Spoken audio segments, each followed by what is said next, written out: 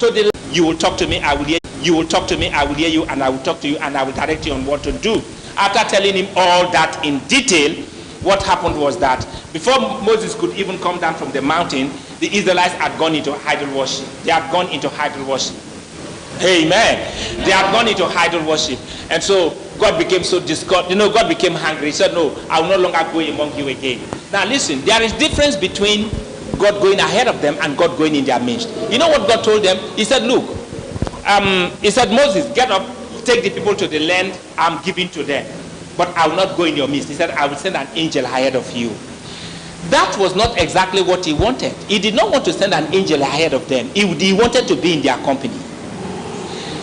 Now, sending an angel ahead of them means he will still give them direction. But the angel will be walking, like the cloud will be in front of them and be leading them. But he said, forget about the tabernacle.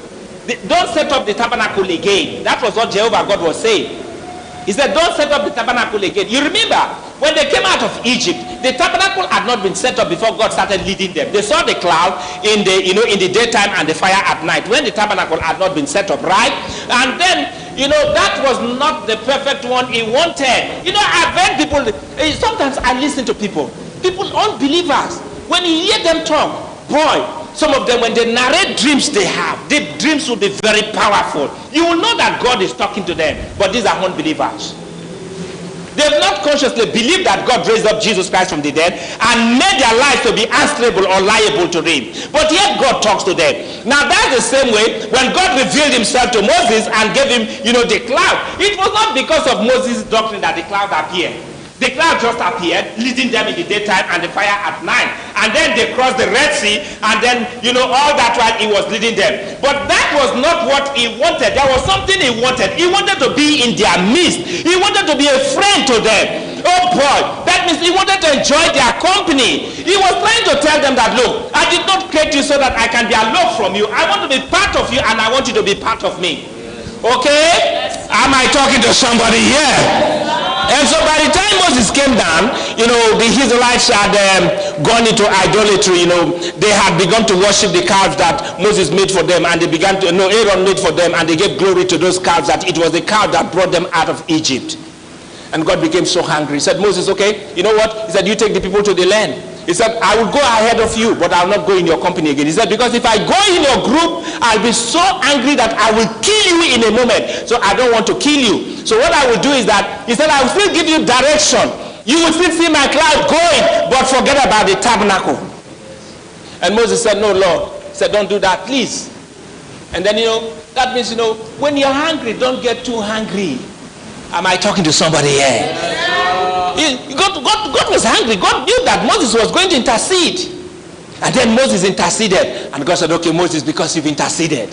He wanted to say that Moses has interceded. And he said, Moses, I'm only forgiving them because you've interceded. And because you've interceded, I will go in your midst. But why did he want to leave them?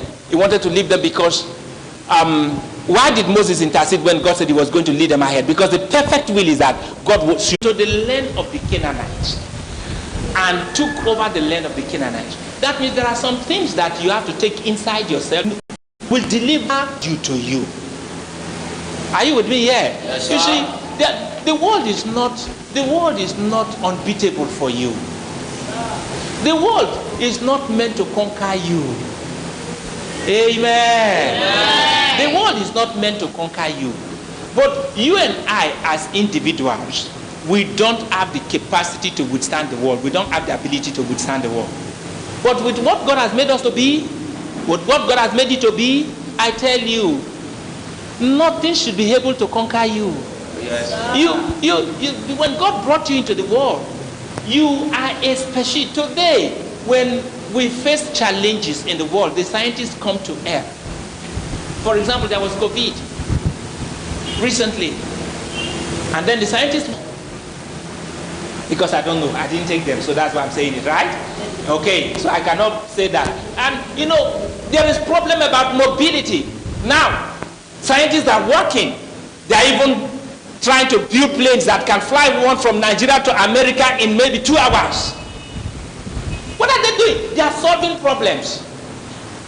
Jet fighters that can fly, subs that can go under the water.